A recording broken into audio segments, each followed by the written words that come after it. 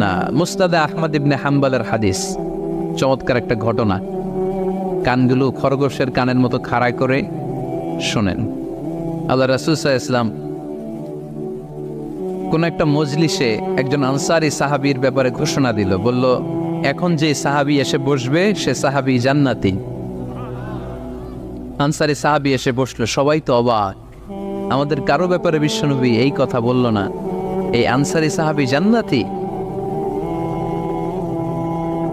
আবার কয়েকদিন পরে আরেকটা মজলিসে বিশ্বনবী আবার ঘোষণা দিলেন, এই মুহূর্তে এমন একজন সাহাবী সেইখানে বসবে, এই সাহাবীটা জান্নাতি। সবাই খেয়াল করে দেখলো, আগের মজলিসে যেই লোকটাকে বিশ্বনবী জান্নাতি বলে ঘোষণা দিয়েছে, আজকেও ওই সাহাবী এসে ওই জায়গায় বসেছে। তৃতীয় দিন আবার বিশ্বনবী বললেন, এখন একজন সাহাবী এখানে এসে বসবে, সে জান্নাতি। সবাই খেয়াল করে দেখলো, ওই সাহাবীটাই আবার এসে বসেছে।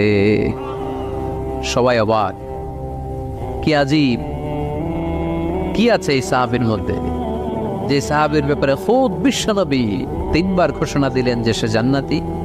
সবচেয়ে বেশি অবাক হয়েছিলেন সাইয়েদনা আব্দুল্লাহ ইবনে আমর ইবনে আস। মনে মনে ভাবলেন, এটা তো চারটেখানে কোনো কথা না, বিশ্বনবীর অ্যানাউন্সমেন্ট। দুনিয়ার বুকে বিশ্বনবী তিনবার এই আনসারী সাহাবীকে জান্নাতি বলে ঘোষণা দিয়েছেন, নিশ্চয়ই এই সাহাবীর এমন বিশেষ কোনো আমল আছে, এমন বিশেষত্ব আছে যেটা আমাদের মধ্যে নাই। যেমন করেই হোক এই সাহাবীর ভেতরের সব খবর আমার জানতে হবে। সাইয়েদনা আব্দুল্লাহ ইবনে আমর ইবনে আস একবার পরিকল্পনা করে ওই সাহাবীর বাড়িতে চলে গেলেন, যে বললেন, ভাই আমার আব্বার সাথে কয়েকদিন ধরে ঝগড়া, আমার ঘরে থাকতে মন চাচ্ছে না, তোমার বাসায় মেহমান হয়ে এসেছি, যদি তুমি অনুমতি দাও তোমার বাড়িতে 3 দিন মেহমান হয়ে আমি থাকতে চাই। কখন এই আনসারী সাহাবী কি করে, 1 দিন 2 দিন 3 দিন পর্যন্ত ফলো করার পরে সাইয়েদনা আব্দুল্লাহ ইবনে আমর ইবনে আস এমন কোন বিশেষ আমল এই সাহাবীর মধ্যে খুঁজে পায় নাই।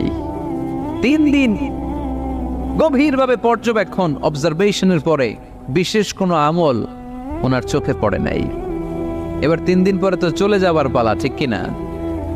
এবার তিনি সোজা সাপটা আনসারী সাহাবীর কাছে যে ভিতরের কথা খুলে বলে ফেললেন, বললেন, ও ভাই, আসলে আমার বাবার সাথে এমন বড় কোনো ঝগড়া আমার হয় নাই যে কারণে বাড়ি থেকে বের হয়ে তোমার মেহমান আমার হওয়া লাগবে। আমি বিশেষ এক উদ্দেশ্যে এসেছি। কি উদ্দেশ্য? আব্দুল্লাহ ইবনে আমর ইবনে আস এবার বলতে আরম্ভ করলেন, আমরা খেয়াল করেছি 3টা মজলিসে বিষ্ণু ইসা ইসলাম তোমাকে জান্নাতি বলে ঘোষণা করেছে, তাই আমি জানার জন্য এসেছি তুমি এমন কি আমল করো যে কারণে বিশ্বনবী ঘোষণা দিলেন যে তুমি জান্নাতি। কি এমন বিশেষ আমল আছে তোমার, আমার একটু বলো, আমি ওই আমল করে জান্নাতি হতে চাই। আল্লাহু আকবার। এবার আনসারী সাহাবী মুখ খুললেন, উনি বললেন, ও ভাই আব্দুল্লাহ ইবনে আমর ইবনে আস, এমন কোনো বিশেষ আমল আমার নাই। হালাল পন্থায় রুজি করি, ব্যবসা করি, নামাজের সময় নামাজ পড়ি, রাতে এসে ঘুমিয়ে যাই, ফজরের আগ দিয়ে উঠে তাহাজ্জুদ করি, সময় মতো জিকির আজকার করি, কোরআন তেলাওয়াত করি, কিছু দান সদকা করি। সবাই যা করে আমিও তাই করি, স্পেশাল কোনো আমল আমার জীবনে নাই। তবে আব্দুল্লাহ ইবনে আমর ইবনে আস, শুনে রাখো, একটা কাজ আমি প্রতি রাতে করি, হয়তো বা এই কারণেও বিশ্বনবী আমার ব্যাপারে এমন ঘোষণা দিতে পারে। আব্দুল্লাহ বললেন, ও আনসারী সাহাবী, কি কাজ তুমি করো? এবার আনসারী সাহাবী বলতে লাগলেন, প্রতি রাতে যখন আমি আমার বিছানায় ঘুমোতে যাই, আমি কারো ব্যাপারে কোনো রাগ, কোনো হিংসা, কোনো ক্ষোভ অন্তরে নিয়ে ঘুমাতে যাই না। ওই দিন যার সাথে যা হয়েছে সবাই রে মাফ করে দিয়ে মিটমাট করে একটা প্রশান্ত অন্তর নিয়ে আমি বিছানায় ঘুমাতে যাই। ওই দিনে কেউ আমার গালি দিছে, কেউ আমার বকা দিছে, কেউ আমার বিরুদ্ধে মিছিল করছে, উল্টা পাল্টা যে যাই করুক না কেন, আমি কিচ্ছু মনে রাখি না।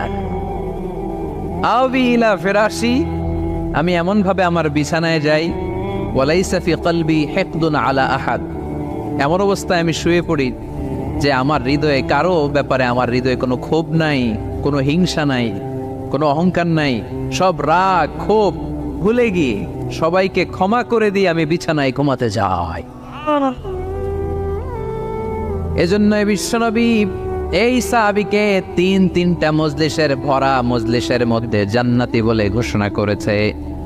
এই হাদিস থেকে শিক্ষা হলো, আমরাও যদি প্রতি রাতে বিছানায় ঘুমোতে যাওয়ার আগে সবাই রে মাফ করে দিয়ে মনের যত ক্ষোভ জ্বালা যন্ত্রণা আছে সব ভুলে যে বিছানায় ঘুমাতে পারি, এই সাহাবীর মতো আমাদেরকেও জান্নাতি হিসেবে কবুল করবে কে?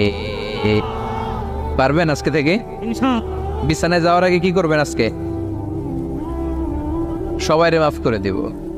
যে আমার উপর জুলুম করছে ওই বিচার আল্লাহ করবে। কে কি বললো ওটা দেখার দরকার নাই। কারো ব্যাপারে কোনো ক্ষোভ, কোনো তিক্ত অভিজ্ঞতা, জ্বালা যন্ত্রণা অন্তরে রাখবেন? রাখলে লাভ না লস? এটা আরো জ্বালা দিবে আমারে, এটা আরো ভেতর থেকে কষ্ট দিবে। It will burn me inside, ভিতরে জ্বালিয়ে পুড়িয়ে শেষ করে দিবে। এগুলো বয়ে বেড়াতে চাই না আমি সব মাফ করে দিতে চাই। চিল্লায় বলো ঠিক কিনা? الذين ينفقون في السراء والضراء والكاظمين الغيظ। আমার মুত্তাকিন বান্দাদের প্রথম গুণ সুখে দুঃখে দান করে, মনে আছে? 2 নম্বর গুণ কি? রাগকে নিয়ন্ত্রণ করে। 3 নম্বর গুণ হচ্ছে ওয়াল আফিনা আনিন নাস, মানুষকে ক্ষমা করে দেয়। মানুষকে কি করে? আমরা তো ক্ষমা করি না। হ্যাঁ, দইরা আবুইটালা মানে কি? এটার মিনিং কি? পিছালায়। হ্যাঁ, কি করে? আইকালায়, আইজালায়, আইকালা, আইকালা আঞ্চলিক শব্দ। আঞ্চলিক শব্দগুলো অনেক সুন্দর, এক এক জেলায় এক এক রকম। তার মানে আমরা ক্ষমা করতে চাই না, আমরা দইরা আইকালাই। তার মানে আমরা রাগ ঝাড়ি আর কি, ভিতরে যে ক্ষোভ জমা থাকে এগুলো ঝাড়ি, আমরা ক্ষমা করতে চাই না। কিন্তু ভাই মোত্তাকে যদি হতে চান আপনাকে ক্ষমা করে দিতে হবে। কি করবেন? কি করবেন? ক্ষমা করে দেন। আচ্ছা, একটু আওয়াজ করে উত্তর দেন। আমরা আল্লাহর কাছে এই যে পাপ করি, অন্যায় করি, মাফ চাই না? ক্ষমা চাই না? আল্লাহ আমাদেরকে ক্ষমা করুক এটা আমরা চাই কি চাই না? আল্লাহ আমাদেরকে ক্ষমা করুক এটা আমরা চাই, কিন্তু আমরা আমাদেরকে ক্ষমা করতে পারি না। যদি আল্লাহর কাছে ক্ষমা পেতে চান তাহলে আগে নিজেরা নিজেদেরকে ক্ষমা করে দেন। আল্লাহ ভুল করছি, আল্লাহ মাফ করে দাও, ক্ষমা করো।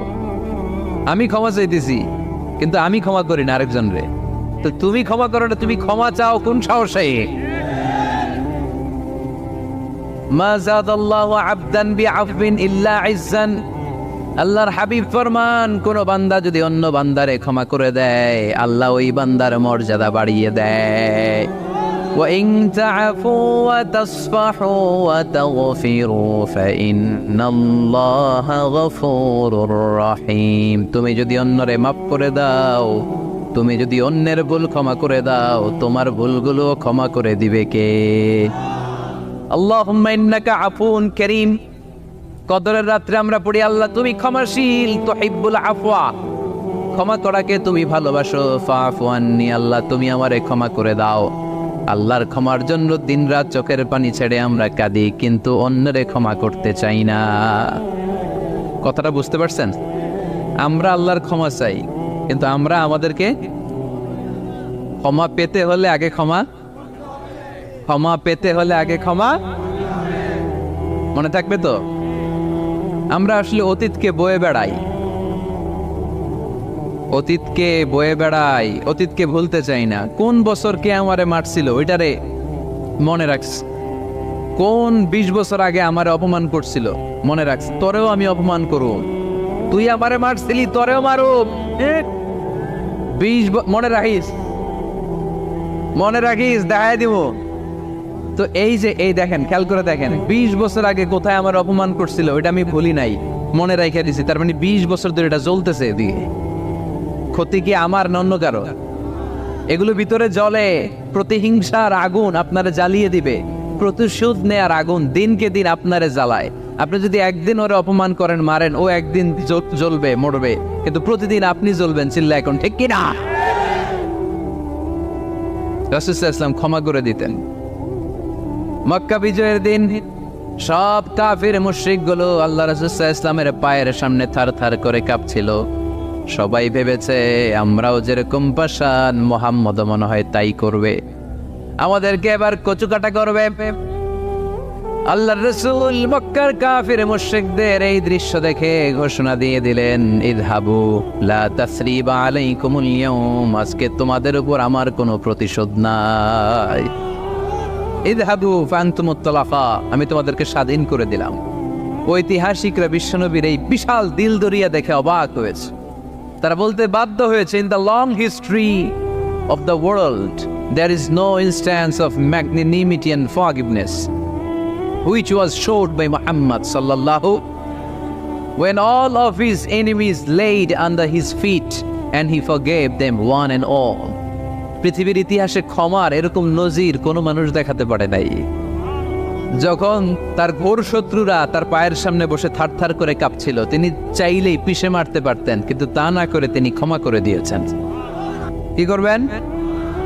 ওয়ালা আফিনা আনিন নাস, মুত্তাকি বান্দার 3 নাম্বার বৈশিষ্ট্য, মুত্তাকি বান্দারা ক্ষমা করে দেয়। তারা মনের মধ্যে হিংসা রাগ এগুলো পুষে রাখে না। সুবহানাল্লাহ পড়েন। যারা ক্ষমা করে এরা অনেক ভালো থাকে ভাই, জানেন? আপনি ক্ষমা করে দিলে আপনি শান্তিতে থাকবেন। আপনি যদি আপনার ব্যাড এক্সপেরিয়েন্স, তিক্ত অভিজ্ঞতা, কে আপনার গালি দিয়েছিল, কষ্ট দিয়েছিল, সবসময় এগুলো বয়ে বেড়ান, it will burn your self inside. এগুলো আপনার ভিতরে জ্বালায় পুরো সারখার করে দিবে। আর যদি ভুলে যান, জায়গায় মাফ করে দেন, তাহলে শোধবোধ সব শেষ। আমি আছি শান্তিতে, ঠিক কি না? আমরা শান্তি চাই কি চাই না? আমরা অতীতের এই কষ্ট বকে নিয়ে আর চলতে চাই? সমাধান একটাই, ক্ষমা করে দেন। স্ট্যামফোর্ড ইউনিভার্সিটি, ক্যালিফোর্নিয়ার স্ট্যামফোর্ড ইউনিভার্সিটির একজন প্রফেসর ফ্রেডরিক লাস্কিন, ওনার একটা আর্টিকেল আমি পড়েছি। ওখানে উনি গবেষণা চালিয়েছেন। অনেক মানুষের মধ্যে গবেষণা চালিয়ে দেখেছেন যে যারা অন্যরা ক্ষমা করতে পারে না, এদের রোগবালাই বেশি, কষ্ট বেশি। আর যারা সহজে ক্ষমা করে দেয়, এরা সবসময় শান্তিতে থাকে। এটা পরীক্ষিত, এটা ওনার একটা রিসার্চ। এরপর আমেরিকাতে একটা স্টেট আছে ম্যাসাচুসেটস। এই ম্যাসাচুসেটস জেনারেল হসপিটালে একজন পৃথিবী বিখ্যাত সাইকিয়াট্রিস্ট বসে, মনোবিজ্ঞানী, নাম হচ্ছে প্রফেসর হারবার্ট বেনসন। এই হারবার্ট বেনসন উনিও ওনার সব রোগীদেরকে দিয়ে একটা ফর্ম পূরণ করায়। সেখানে উনি কিছু কোশ্চেনার ছুড়ে দেয়, প্রশ্ন করে আর উত্তর নেয়। পরে জরিপ করে উনি দেখতে পেয়েছে ওনার যে সমস্ত রোগীরা মনের ভিতরে রোগ, এই রাগ, এই ক্ষোভ, এই হিংসা বিদ্বেষ এগুলো অন্তরে পুষে রেখেছে, এদের স্ট্রোক করার এবং হার্ট অ্যাটাক করার রেটিংটা বেশি। এরা মেন্টাল স্ট্রেসে ভোগে বেশি। আর যারা সহজে ক্ষমা করে দেয়, মাফ করে দেয়, এদের মধ্যে এই রোগ বালাই নাই। যেরকম সুবহানাল্লাহ। এজন্য আল্লাহ বললেন মুত্তাকিনদের 3 নাম্বার বৈশিষ্ট্য, মুত্তাকিনরা আল্লাহর কাছে যেমনি ক্ষমা চায়, তারা নিজেরাও অন্যদেরকে তেমনি ক্ষমা করে দেয়। ওয়াল আফিনা আনিন নাস, আজকে থেকে আমরা মানুষের ক্ষমা করে দিব। কারো জন্য অন্তরে কোনো হিংসা বিদ্বেষ পুষে রাখা যাবে? অনেকে এগুলো ভুলতে চায় না, পেলে পুষে বড় করে, আর ভিতরে খালি জ্বলে। ভিতরে কি করে? এই জ্বালাও পোড়াও আমরা বয়ে বেড়াতে চাই। বিষ্ণু ঈসা ইসলামকে লোকজন সুপারম্যান বলতে বাধ্য হয়েছে, মানে এমন লোক যে মাটি ধরলে এটা সোনা হয়ে যায়। পরশ পাথর ছিল তার হাতে। সুবহানাল্লাহ পড়েন। সে কোন বন্ধু বলো বেশি বিশ্বস্ত, সে কোন বন্ধু বলো বড় বিশ্বস্ত, কার কাছে মন খুলে দেয়া যায়, কার কাছে প্রাণ খুলে দেয়া যায়, হওয়া যায় অতি আশ্বস্ত, তার নাম আহমদ বড় বিশ্বস্ত। সুবহানাল্লাহ পড়েন। সাইয়েদনা ঈসা আলাইহিস সালামকে আল্লাহ পৃথিবীতে পাঠিয়েছেন শুধু এই অ্যানাউন্সমেন্টটা দেওয়ার জন্য যে ইয়াতি মিন বাদি ইসমুহু আহমদ, আমার পরে একজন নবী আসবে যার নাম হবে আহমদ। আহমদ বড় বিশ্বস্ত। এজন্য রাসূল সাল্লাল্লাহু আলাইহি ইসলামকে আমরা নবী হিসেবে পেয়ে খুশি না বেজার? ইসলামকে ধর্ম হিসেবে পেয়ে খুশি না বেজার? কিন্তু অনেকেই আমরা যে মুসলমান এটা নিয়ে খুশি না। তারা সাহসিকতার সাথে ঘোষণা দিতে পারে না যে ইন্নী মিনাল মুসলিমিন। কিন্তু আমাদের ইসলাম নিয়ে গর্ব করা উচিত, কারণ এই ধর্মকে পাঠিয়েছে কে? এটা মন মস্তিষ্ক প্রসূত কোনো ধর্ম নয়, ঠিক কিনা? এটা কি আমাদের বাপ দাদার কথা অনুযায়ী চলে? ইসলাম কি নেতার কথা অনুযায়ী চলে? মসজিদের ইমামের কথা অনুযায়ী চলে? ইসলামের বিধানগুলো সরাসরি নাজিল করেছে কে? সাইয়েদনা ওমর ফারুক বলতেন, নাহনু কওমুন আ'আজ্জানাল্লাহু বিল ইসলাম। আমরা তো এমন জাতি যে জাতিকে আল্লাহ তাআলা ইসলামের দ্বারা সম্মানিত করেছে। আমাদের সম্মান ইসলামে। আমাদের সম্মান কোথায়? ফাইন ইবতাগাইনাল ইজ্জাতা বিগাইরিহি আযাল্লানাল্লাহ। ইসলাম রেখে দিয়ে অন্য কোথাও যদি আমরা সম্মান তালাশ করি, তাহলে আমাদেরকে অপমানিত করে ছাড়বে কে? এজন্য আমরা যে মুসলমান, এটা বুক ফুলিয়ে বলা যাবে তো?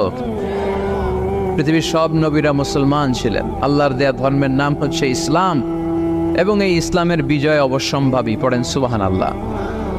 যার প্রমাণ আমরা পত্রপত্রিকা খুললে, ইন্টারনেট ব্রাউজ করলে, BBC news, Al Jazeera news, CNN cable news নেটওয়ার্কের নিউজ পড়লে আমরা জানতে পারি যে গোটা বিশ্বের বিভিন্ন ধর্মাবলম্বী লোকেরা নিজেদের ধর্ম রেখে দিয়ে তারা কালিমা পড়ে মুসলমান হয়ে যাচ্ছে।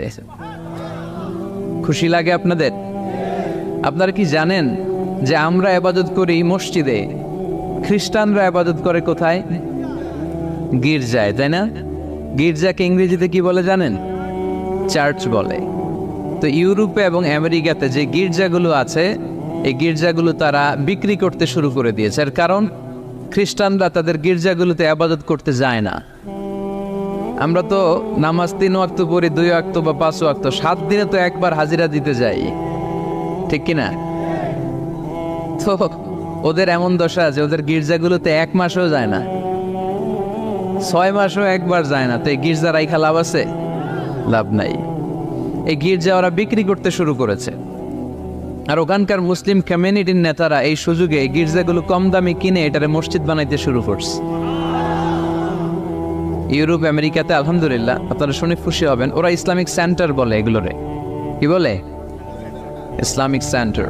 আমাদের এরকম ইসলামিক সেন্টার করা দরকার, যেখানে দার্স হবে, দার্স, রেগুলার দার্স হবে। এই যে তাফসির মাহফিলগুলো বছরে একবার, গত বছর আসছিলাম এখানে, আবার 1 বছর পরে দেখা, কি শিখলেন কি শিখলেন না, কি বুঝলেন কি বুঝলেন না, আর জানা শোনার সুযোগ হয়েছে নাই। কিন্তু সেন্টার যদি হয়, ওখানে শিশু কিশোরদের আলাদা কোরআন শিক্ষার আসর, আমার বোনদের আলাদা শিক্ষার আসর, বয়স্কদের আলাদা কোরআন শিক্ষার আসর, তারপরে সেখানে হেজামা সেন্টার থাকবে, রুকিয়া সেন্টার থাকবে, তালিম তাদরিস তারবিয়ার সব ব্যবস্থাপনা থাকবে।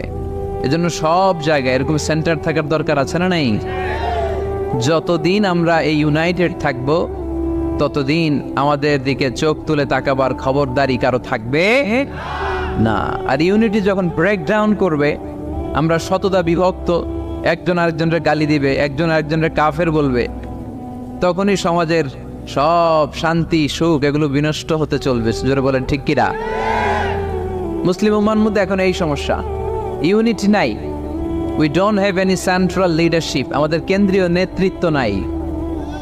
এই যে ফিলিস্তিনে যে মারে আমাদেরকে পাখির মতো গুলি করে, মিয়ানমারের রাখাইন রাজ্য থেকে 10 লক্ষ মুসলমান তাড়ায় দিল টেকনাফে, এখন তারা পাহাড়ি এলাকায় আশ্রয় নিয়েছে।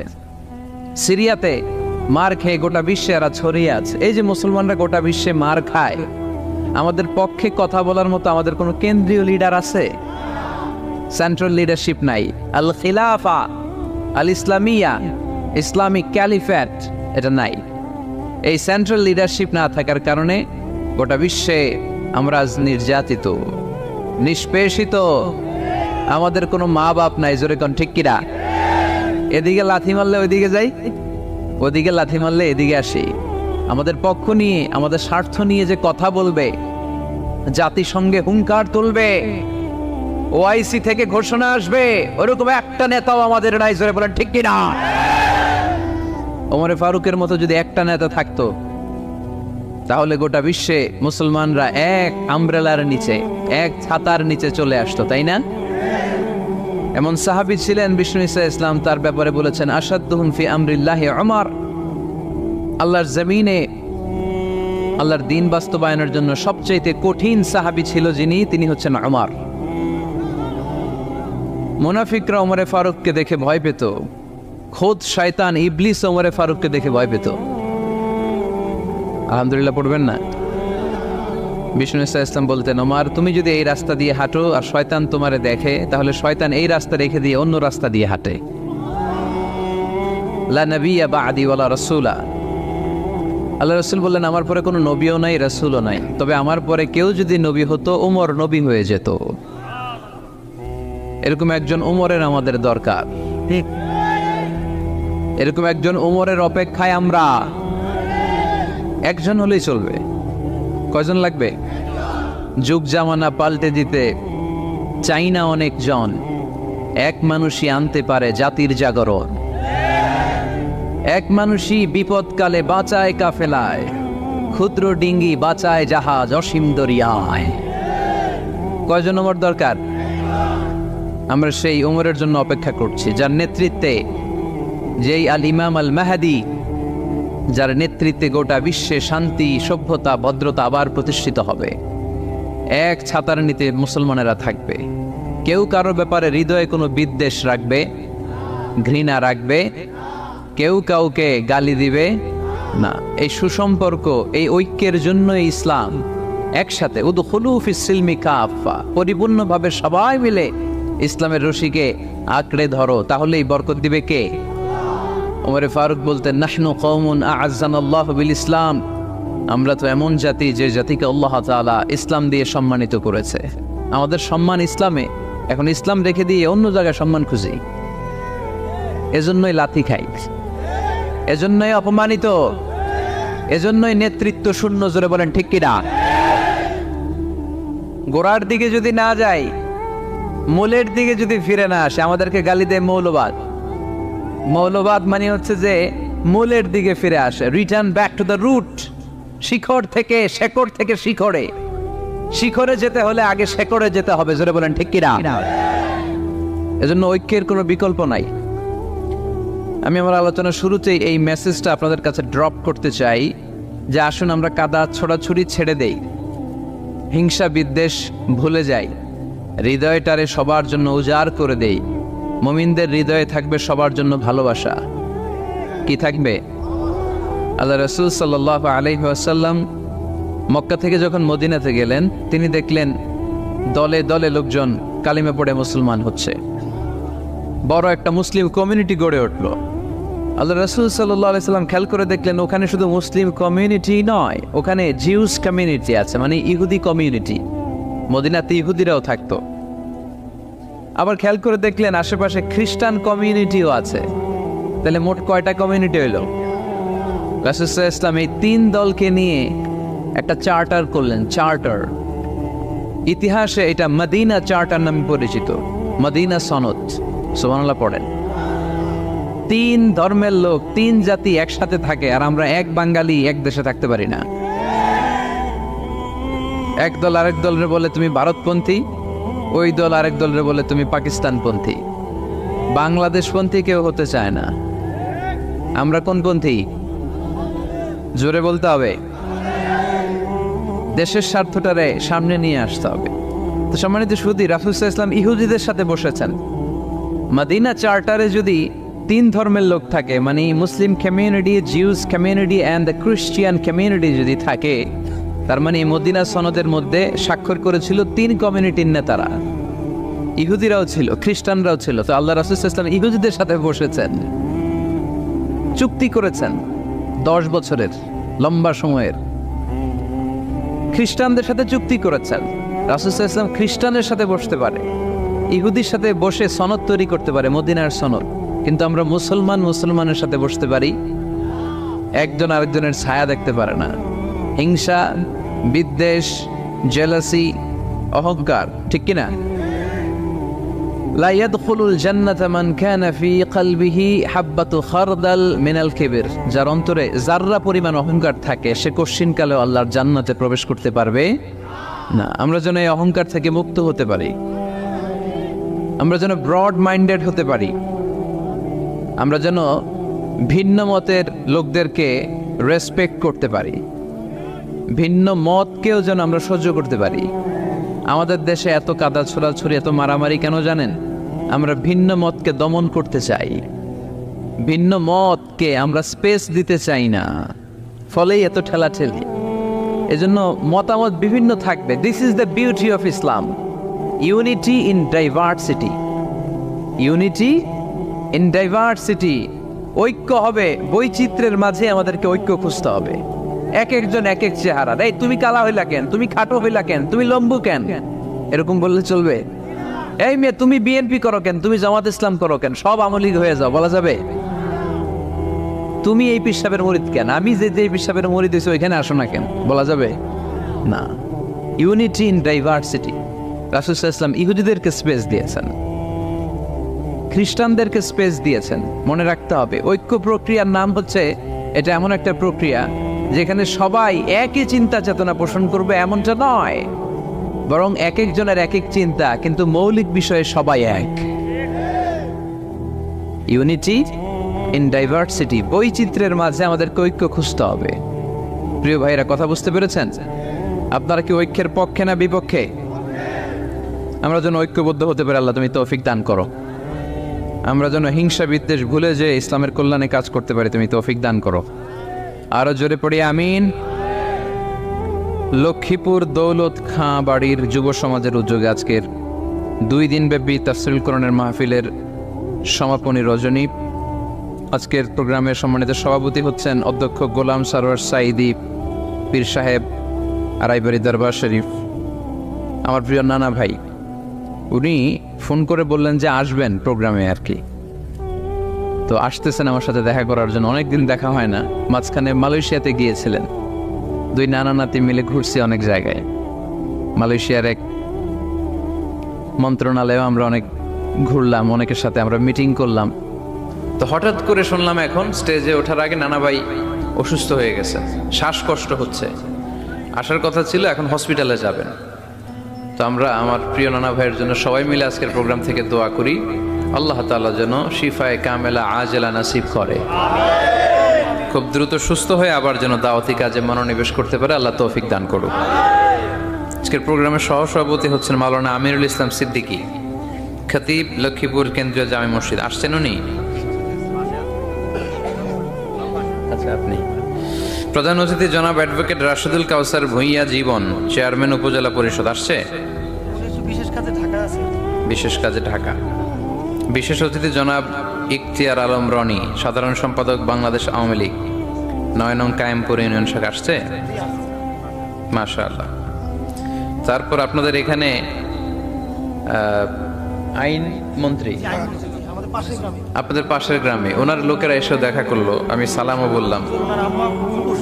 ওনার আম্মা অসুস্থ, দোয়া চেয়েছে, আমরা দোয়া করি ওনার আম্মাকে আল্লাহ তাআলা সুস্থতা দান করুন। সম্মানিত ভাইরা, আমরা আর কথা না বাড়িয়ে সরাসরি আলোচনায় চলে যাই। আমি আপনাদের খেদমতে পবিত্র কালামুল্লাহ মাজিদের সূরাত আলে ইমরানের 133 নম্বর আয়াত তেলাওয়াত করেছি। সূরাটার নাম হচ্ছে সূরাত আলে ইমরান, ইমরানের বংশধর। ইমরান কে ছিল আপনারা জানেন? মারিয়াম আলাইহিস সালামের পিতা, ঈসা আলাইহিস সালামের নানা। সুবহানাল্লাহ পড়বেন না? ওনাদের ফ্যামিলিটা আল্লাহ তাআলার কাছে এতটাই পছন্দনীয় ছিল যে এই ফ্যামিলির নামে আল্লাহ কোরআনে একটা সূরাই দিয়ে দিলেন, আলে ইমরান। আরবিতে পরিবার বা ফ্যামিলি, এটা বোঝানোর জন্য আরবিতে 2টা শব্দ ব্যবহার হয়, এক হচ্ছে আহাল আর একটা আল।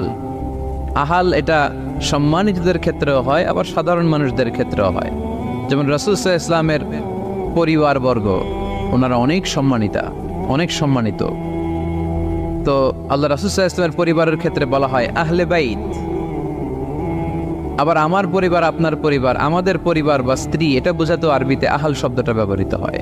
কিন্তু আল শব্দটা সাধারণ কোনো ফ্যামিলির ক্ষেত্রে আল্লাহ ব্যবহার করেন নাই। ভালো হোক বা খারাপ হোক, সম্ভ্রান্ত হওয়া লাগবে, ডিগনিফাইড অ্যান্ড প্রেস্টিজিয়াস ফ্যামিলির হওয়া লাগবে। ডিগনিফাইড ফ্যামিলির যদি হয়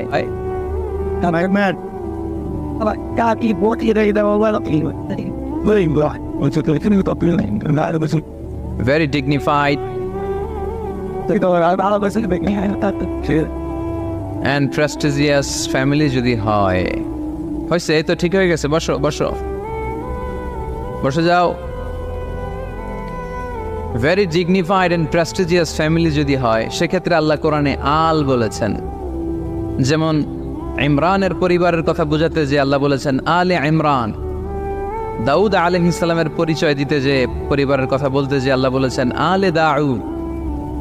আবার ফেরাউনের বংশ বা পরিবারের কথা বলতে যে আল্লাহ বলেছেন আলে ফেরাউন। তাহলে পরিবারের আরবি দুইটা, একটা আল আর একটা আহাল। আহাল এটা সম্মানিত এবং সাধারণ উভয় ক্ষেত্রেই ব্যবহার করেন আল্লাহ তাআলা। আর আল এটা শুধু ডিগনিফাইড অ্যান্ড প্রেস্টিজিয়াস ফ্যামিলি, ভালো হোক ফ্যামিলিটা বা খারাপ হোক, সেক্ষেত্রে আল্লাহ ব্যবহার করেন। তারই ধারাবাহিকতায় ইমরান ওনার যে ফ্যামিলি, মারিয়াম আলাইহিস সালাম ছিলেন তার কন্যা, তার স্ত্রীর নাম ছিল হান্না বিনতে ফাখুস। এই ফ্যামিলিটা আল্লাহর কাছে বড্ড প্রিয় একটা ফ্যামিলি। এজন্য আল্লাহ তাআলা এই ফ্যামিলির নামে কোরআনে একটা সূরা দিয়েছেন। কোরআনের চ্যাপ্টারাইজেশনগুলো অনেক সুন্দর। আমি প্রায় বলে থাকি মানুষের নামে সূরা, প্রাণীর নামে সূরা, বংশের নামে একটা সূরা আছে, সূরাতু কুরাইশ আছে না? এর একটা বংশের নামে, তাই না?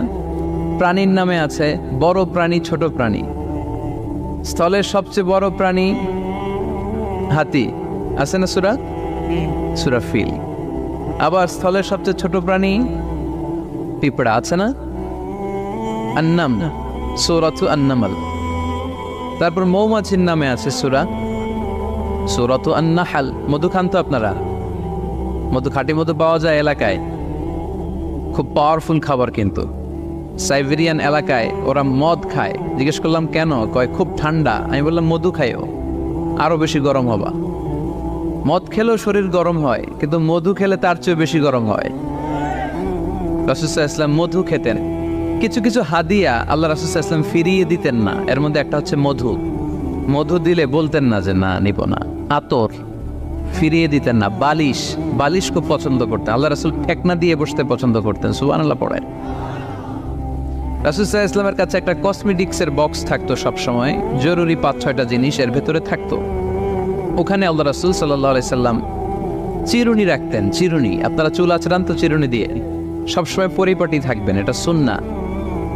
পরিচ্ছন্ন, ফিট থাকা, সবসময় গেট আপটা ভালো থাকা, এটা সুন্নাহ। আল্লাহ রাসূল সাল্লাল্লাহু আলাইহি ওয়াসাল্লাম কোনো বিদেশি ডেলিগেট আসলে তাদের সাথে দেখা করার আগে সময় নিতেন, নিজেকে গুছিয়ে নিতেন। সুবহানাল্লাহ পড়েন। চুলগুলো আঁচড়ে রাখতেন এই চিরুনি দিয়ে। তাহলে ব্যক্তিগত কসমেটিক্স বক্সে আল্লাহ রাসূল সাল্লাল্লাহু আলাইহি ওয়াসাল্লাম যে জিনিসগুলো রাখতেন তার মধ্যে একটি হচ্ছে চিরুনি। 2 নম্বর আল্লাহ রাসূল সাল্লাল্লাহু আলাইহি ওয়াসাল্লাম জাইতুনের তেলের একটা ছোট্ট বোতল রাখতেন। ওয়াত্তিনি ওয়াজ জাইতুন, অলিভ অয়েল। অলিভ অয়েলের ওয়াজ করেছি গত বছর। যেখানেই আমার সাথে লোকজনের দেখা, কয় হুজুর এখন থেকে অলিভ অয়েল মাখি আমি, এজন্য সুন্দর হয়ে গেছি। তো অলিভ অয়েল রাখতেন, চিরুনি রাখতেন। এরপরে সুরমা দানি রাখতেন, সুরমা, চোখে আল্লাহ রাসূল সাল্লাল্লাহু আলাইহি ওয়াসাল্লাম সুরমা দিতেন। এরপর আল্লাহ রাসূল সাল্লাল্লাহু আলাইহি ওয়াসাল্লাম উতুর রাখতেন, উতুর পারফিউম, আতর দিতেন। কিছু কিছু বিষয় আছে আরবাউন মিন সুনানিল মুরসালিন, 4টা সুন্নাহ আছে সব নবীদের সুন্নাহ, সবাই এটা করেছেন। এর মধ্যে একটা হচ্ছে উতুর, সব নবীরা আতর দিতেন। সুবহানাল্লাহ, বাড়িতে যাই বললেন আতর দিবেন, এটা সুন্নাহ। আপনার ইমপ্রেশনটাকে আরো সুন্দর করবে। First impression lasts long. প্রথম দেখায় যারা ভাল লাগে, এটা সবসময় ভাল লাগে, ঠিক কিনা? প্রথমেই যদি কারোর সাথে কথা বলতে যাওয়ার পরে দেখা যায় আপনারা দেখতে খারাপ লাগে, গায়ে দুর্গন্ধ, আসবে আর আপনার কাছে? আসবে না। এরপর আসিওয়াক, ওই কসমেটিক্স বক্সে আল্লাহ রাসূল সাল্লাল্লাহু আলাইহি ওয়াসাল্লাম মেসওয়াক রাখতেন। কি রাখতেন? এটাও সব নবীদের সুন্নাত। তো আমরা যেন পরিপাটি থাকি সবসময়, সবসময় যেন পরিপাটি থাকি। তো মৌমাছির নামে সূরা দিলেন। এরকম এক ভাই বলল যে মাকড়সার নামে, হ্যাঁ, আল আনকাবুত নামে সূরা দিয়েছে। এভাবে আল্লাহ তাআলা পরিবারের নামে সূরা দিয়েছেন। ওই সূরাটার নাম আলে ইমরান। কি নাম? সূরাটার নাম হচ্ছে আলে ইমরান। সূরাটার নাম কি? আলে ইমরান। এখানে আল্লাহ তাআলা 133 নম্বর আয়াতে আমাদের অ্যাপ্রোচিং ঠিক করে দিয়েছেন। ডানে যাব না বায়ে যাব? কই যাবেন? ডানে যাবেন। ডানে আছে ক্ষমা আর আছে জান্নাত। ডানে আছে কি আর আছে? সবাই বলেন, ডানে আছে কি আর আছে? ডান দিকে গেলে আল্লাহর ক্ষমা পাওয়া যাবে আর জান্নাত পাওয়া যাবে। এই দুইটাই তো দরকার, বেশি কিছু লাগে নাকি? আর বাম দিকে গেলে আল্লাহর ক্রোধ, রাগ আর জাহান্নাম। বাম দিকে গেলে আল্লাহর ক্রোধ বা রাগ আর জাহান্নাম। ডানে গেলে কি? প্রথমে ক্ষমা আর জান্নাত। এই দুইটা শব্দ একটু মুখস্থ রাখতে হবে আজকে। ক্ষমা আর, দুইটা জিনিস পাওয়া যায় ডানে গেলে। 1 নাম্বার, 2 নাম্বার। সবাই বলেন 1 নাম্বার, 2 নাম্বার। এবার আঙ্গুল উঁচু করে বলেন।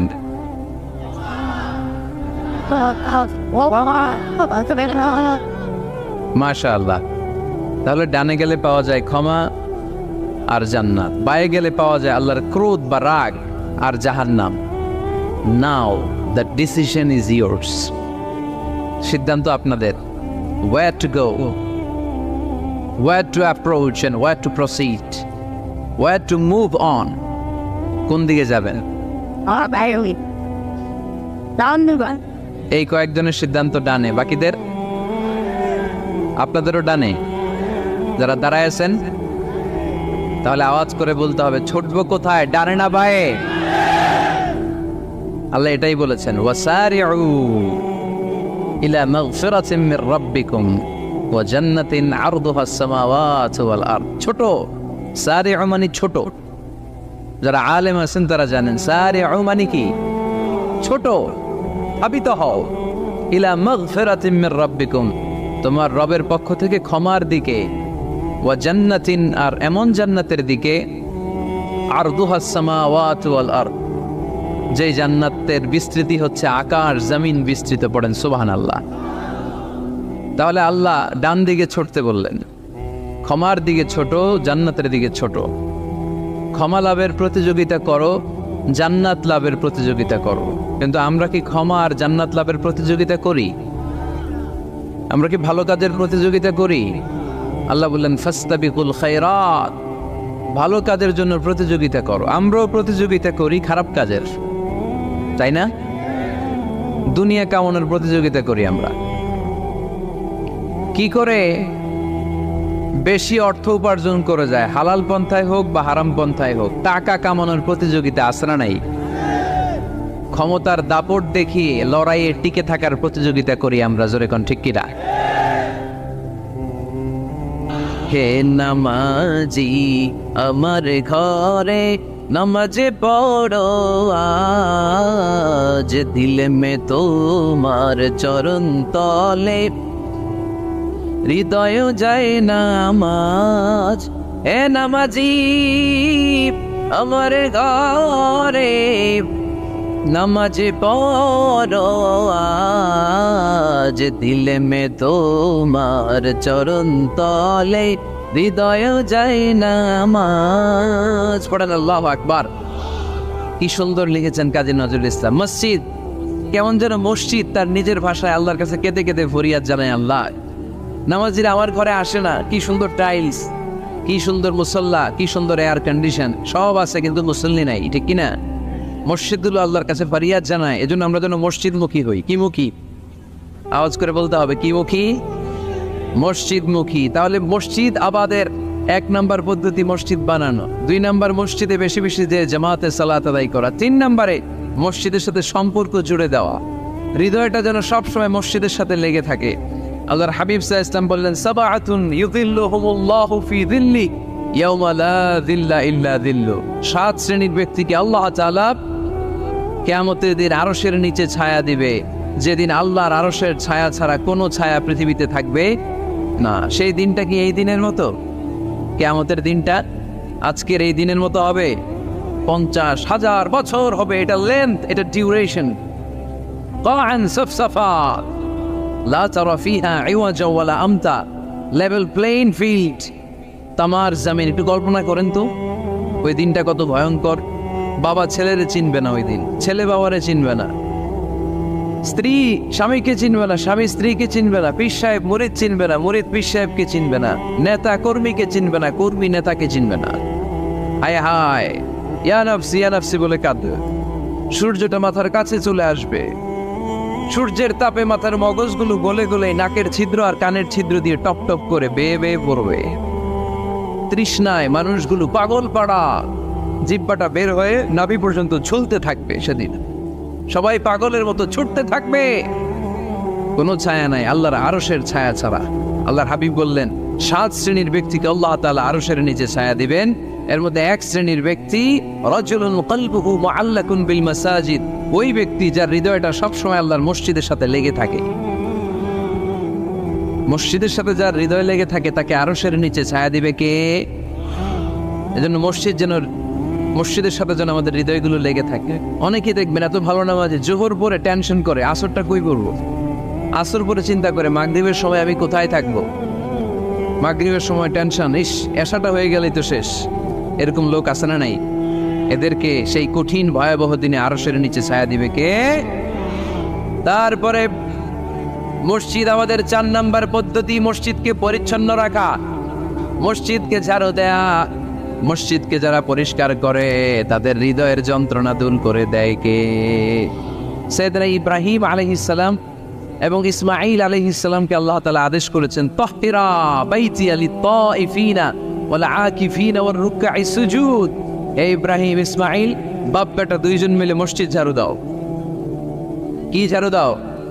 মসজিদেরি ঝাড়ু বাড়দার ও কামারে হাত শোনো আমারে মুনাজাত। পড়েন, শোনো শোনো ইয়া ইলাহি আমারে মুনাজাত, শোনো আমারে মুনাজাত। পড়েন আমিন। মসজিদ ঝাড়ু দেওয়া মসজিদ আমাদের অন্তর্ভুক্ত। আপনারা কেউ কোনোদিন মসজিদ ঝাড়ু দিয়েছেন নাকি? কে কে দিয়েছেন দেখি? সবাই সবাই মসজিদের খাদেম? মাশাআল্লাহ, আমিও দিছি মসজিদ ঝাড়ু, অনেক দিছি। মাশাআল্লাহ, আল্লাহ তুমি কবুল করো। যাদের হৃদয়ে বড় জ্বালা, ফ্যামিলিতে সুখ নাই, শান্তি নাই, তারা হৃদয়ে প্রশান্তি আনতে চাইলে এতিমখানায় যাবেন, এতিমের মাথায় হাত বুলিয়ে দিবেন, এতিমের মুখে খাবার তুলে দিবেন। আপনার হৃদয়টারে নরম করে দিবে কে? আল্লাহর ঘর মসজিদে যাবেন, নিজ হাতে মসজিদটারে একটু পরিষ্কার করে দিবেন, আপনার জীবনটারে উজালা করে দিবে কে? তাহলে এগুলো করার মাধ্যমে আমরা মসজিদের আবাদ করতে চাই। আমরা মসজিদের আবাদকারী হতে চাই কি চাই না? আল্লাহর ঘর মসজিদ আবাদ করার মতো শ্রেষ্ঠ কাজ পৃথিবীতে হতে পারে না। এই মসজিদের কিছু আদব আছে, আল্লাহ রাসূল সাল্লাল্লাহু আলাইহি ওয়াসাল্লাম বলেছেন এই আদবগুলো মেনটেন করে যেন আল্লাহর ঘর মসজিদের সাথে আমরা ব্যবহার করি। মসজিদের 1 নম্বর আদব হচ্ছে মসজিদে ওযুর সাথে প্রবেশ করা। কিসের সাথে? ওযু করে পরিচ্ছন্ন হয়ে মসজিদে প্রবেশ করা। এজন্য অপবিত্র অবস্থায়, গোসল ফরজ, এরকম অবস্থায় মসজিদে ঢোকা যাবে? কথা বলেন। এরপর আল্লাহর হাবিব বললেন মসজিদকে পরিষ্কার পরিচ্ছন্ন রাখো, এটাও মসজিদের আদব। মসজিদে আতর লাগিয়ে দেন, বাখর জ্বালিয়ে দেন। আপনাদের এই এলাকার মধ্যে তো বাখরের অভাব নাই, আগরের অভাব নাই, ঠিক কিনা? গতকাল প্রোগ্রাম ছিল কই? সুজানগর, আগরের রাজধানী। আগর চিনেননি আপনারা? হ্যাঁ, এই যে তেহনিল উদ পারফিউম, আপনাদের এই যে মাহতাব সাহেবের আল হারামাইন, এরপরে যে আজমুল কোম্পানি, আপনাদের এই মৌলভীবাজার এলাকার। এরকম অনেক কোম্পানি আছে দুবাই ভিত্তিক, গোটা বিশ্বে ওনারা ব্র্যান্ডিং করেছে। এগুলোর র ম্যাটেরিয়াল, কাঁচামাল যায় হচ্ছে আপনাদের মৌলভীবাজার থেকে। সম্মানিত ভাইয়েরা, মসজিদ পরিষ্কার পরিচ্ছন্ন রাখবেন, এই বাখুর জ্বালাবেন, দেহনিল উদ, এই পারফিউমগুলো ছড়িয়ে দিবেন। মসজিদের মধ্যে অনেক মসজিদের দুর্গন্ধ আছে না নাই? এই কার্পেটের মধ্যে ময়লা পরিষ্কার করেন। আল্লাহ হাবিব সাল্লাল্লাহু আলাইহি ওয়াসাল্লাম বলেছেন, খবরদার, আম্মা জান আয়েশা বর্ণনা করেন, আমার রাসূলুল্লাহ সাল্লাল্লাহু আলাইহি ওয়াসাল্লাম বিবিনাইল মসজিদ ফি দুয়ার ওয়া আন তুতাইয়াবা ওয়া তুনাযাফ। আমরা যেন এলাকায় মসজিদ বানাই, মসজিদগুলোকে যেন পারফিউম দিয়ে, আতর দিয়ে সুগন্ধময় করে দেয়। বিশ্বনবী আদেশ করেছেন, সুবহানাল্লাহ পড়েন। এজন্য কোনো অপরিচ্ছন্ন মসজিদ থাকতে পারবে না। মসজিদের পাশ দিয়ে গেলে আতরের ঘ্রাণে আমোদ হয়ে লোকজন যেন বুঝতে পারে এটা আল্লাহর ঘর, মসজিদ। চিল্লায় বলেন ঠিক কিনা? এরপরে আল্লাহর হাবিব সাল্লাল্লাহু আলাইহি ওয়াসাল্লাম বলেছেন মসজিদের আরেকটা আদব হলো মসজিদকে অতিমাত্রায় ডিজাইন না করা। বেশি ডিজাইন করা যাবে না। এমন ডিজাইন করা যাবে না যে এটা মসজিদ বোঝাই যায় না, এত লাইটিং ফাইটিং করে, এটা কি মসজিদ না কমিউনিটি সেন্টার বোঝাই যায় না। আছে না নাই? আছে। এরকম যেন আমরা না করি সম্মানিত ভাইয়েরা। বিশেষ করে মসজিদের সামনের দেয়ালে। কোন দেয়ালে? সামনের দেয়ালটা কেবলার দিকে যেই দেয়াল, এই দেয়ালটা হতে হবে ফ্রেশ, যাতে করে মানুষের দৃষ্টি আকর্ষণ না করে। প্রায় মসজিদের দেয়ালের মাঝখানে দেখবেন আপনি ক্যালেন্ডার ঝুলায় রাখে, আছে না নাই? মৌলভীবাজারের কি অবস্থা?